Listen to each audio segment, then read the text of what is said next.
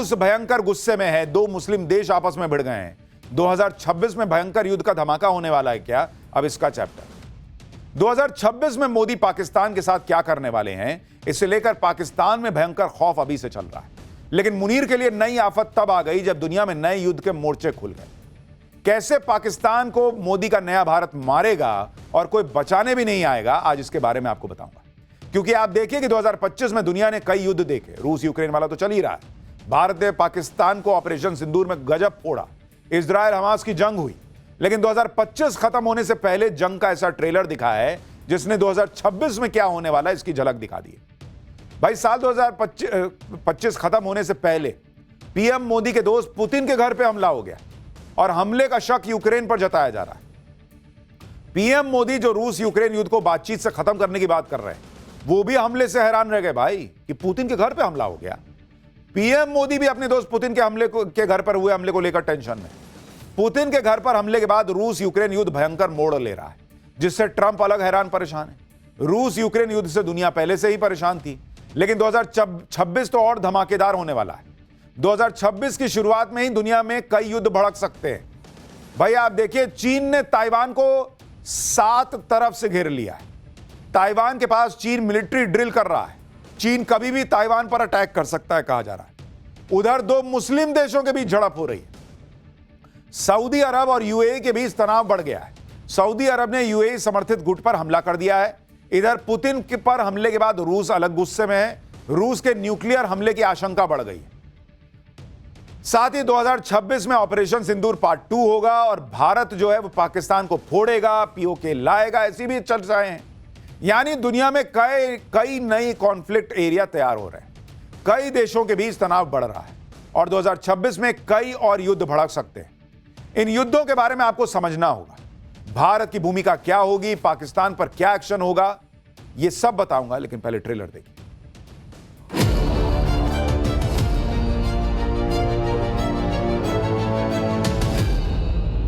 हमारी लगातार चर्चा होती रही है। एक सच्चे मित्र के रूप में हमें सभी चीजों से अवगत कराया।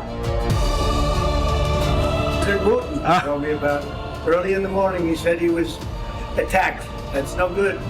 And he hasn't told me anything about it. I certainly have seen it.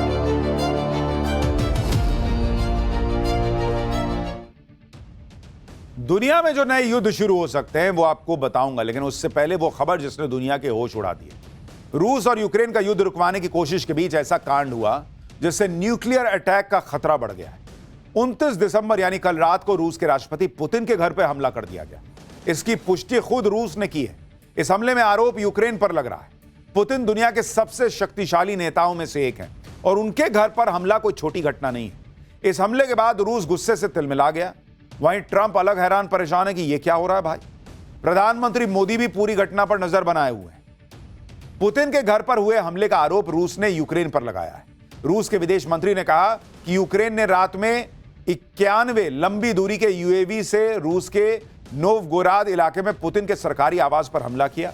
रूस के एयर डिफेंस ने सभी यूएवी को इंटरसेप्ट करके उन्हें नष्ट कर दिया।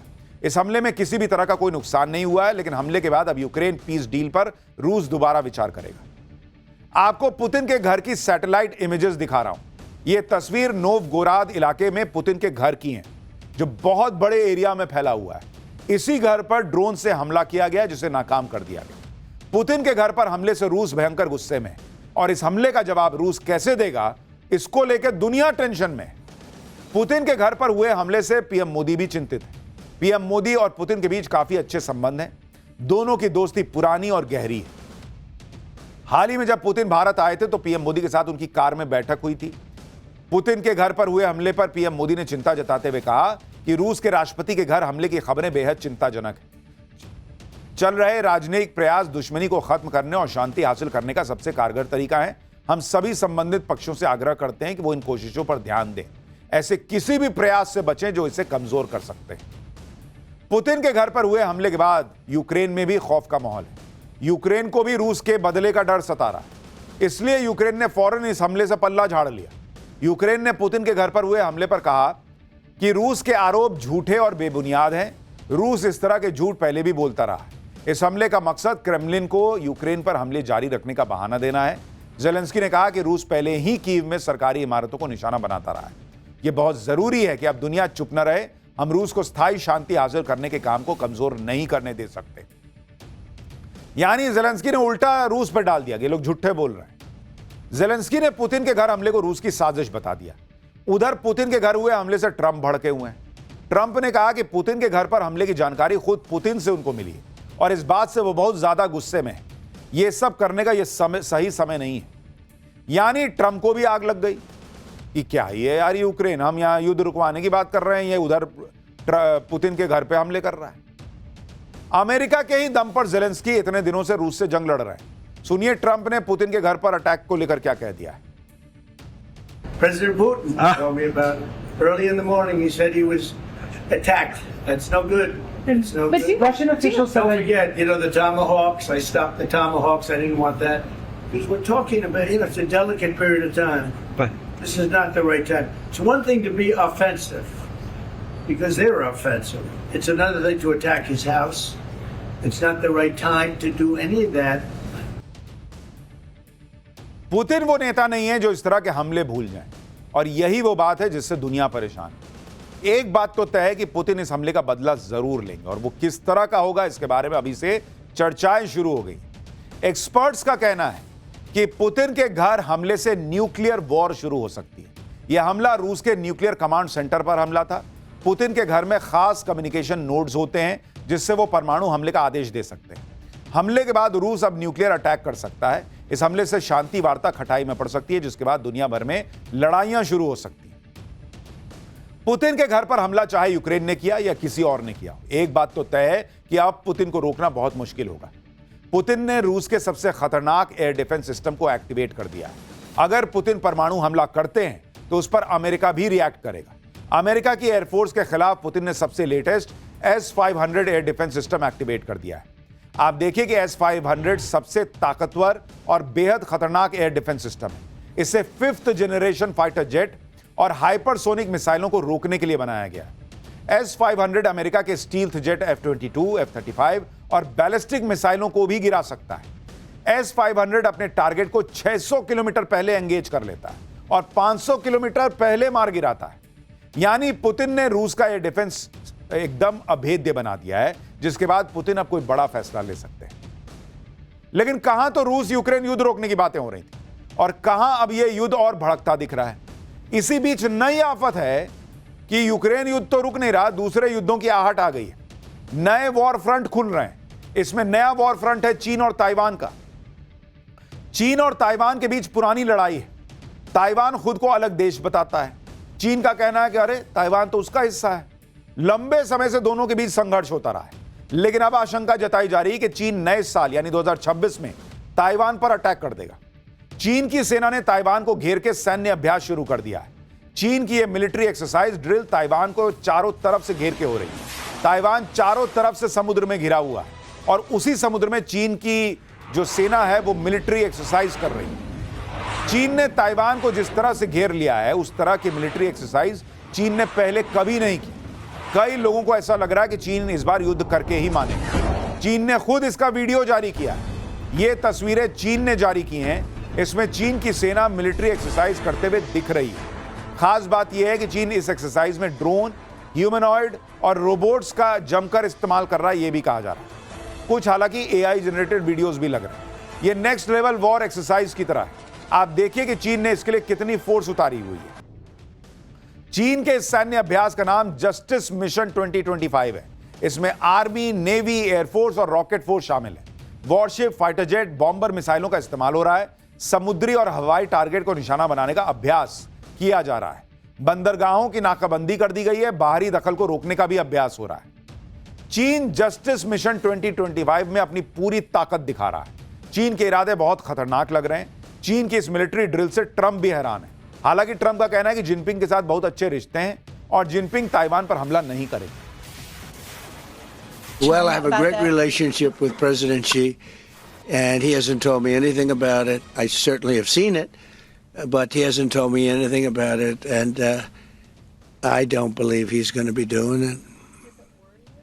No, nothing worries me. Nothing.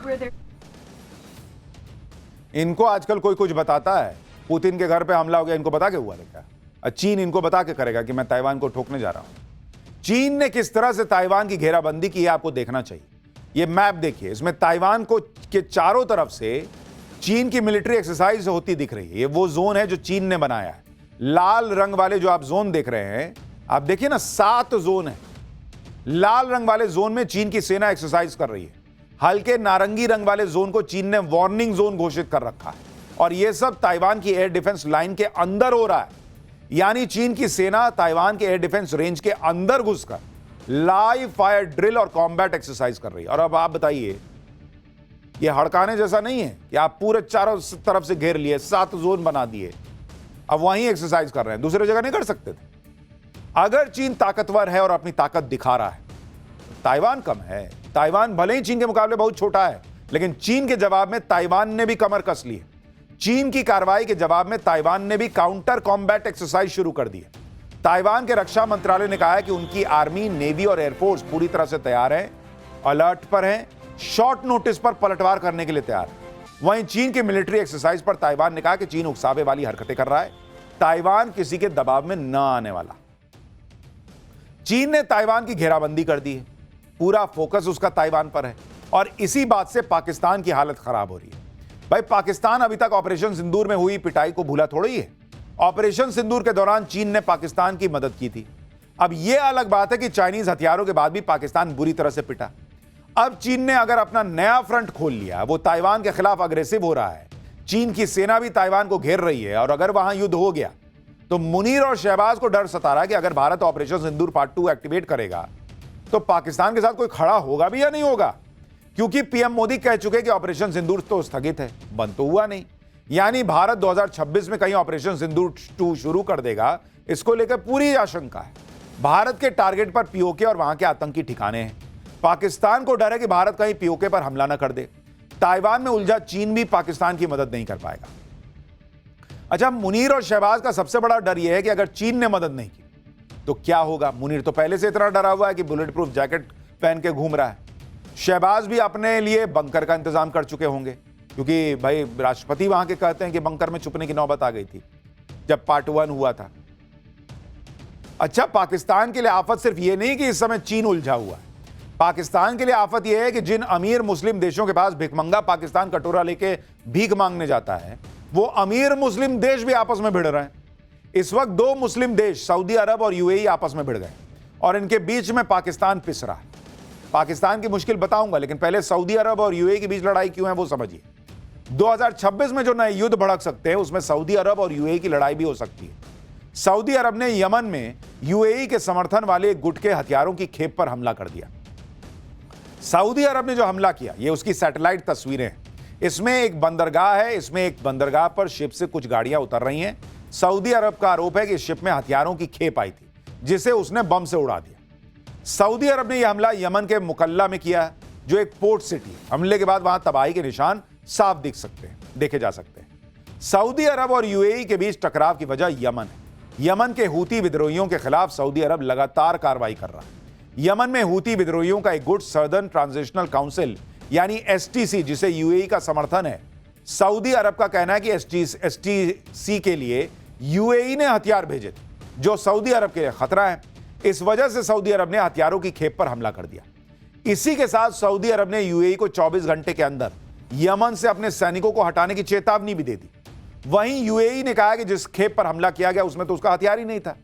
इसके बाद दोनों के बीच तनाव बढ़ गया है कि काहे फोड़ दिए जब मेरा हथियार नहीं था। वो कह रहा तुम अपना सैनिक हटाओ। सऊदी अरब और यूएई के बीच जंग जैसे हालात पर पाकिस्तान फंस गया, क्योंकि दोनों ही मुस्लिम देश हैं। पाकिस्तान इन दोनों से भीख मांगता है। अब मुनीर एंड गैंग के सामने दिक्कत यह है कि वो समर्थन किसका करेगा। सऊदी अरब का करेगा तो यूएई बुरा मान जाएगा, यूएई का करेगा तो सऊदी अरब नाराज हो जाएगा। यानी आप देखिए कि एक तरफ पुतिन भयंकर गुस्से में है, चीन ताइवान के बीच कभी भी कुछ भी हो सकता है, 2 मुस्लिम देश आपस में भिड़ रहे हैं। यानी नए साल में धमाकों की पूरी रेसिपी तैयार हो चुकी है। इधर एक और मुस्लिम देश ईरान में भयंकर प्रोटेस्ट चल रहे हैं। पाकिस्तान के पड़ोस में ईरान की इस्लामिक सरकार के खिलाफ लाखों लोग सड़क पर उतर आए हैं।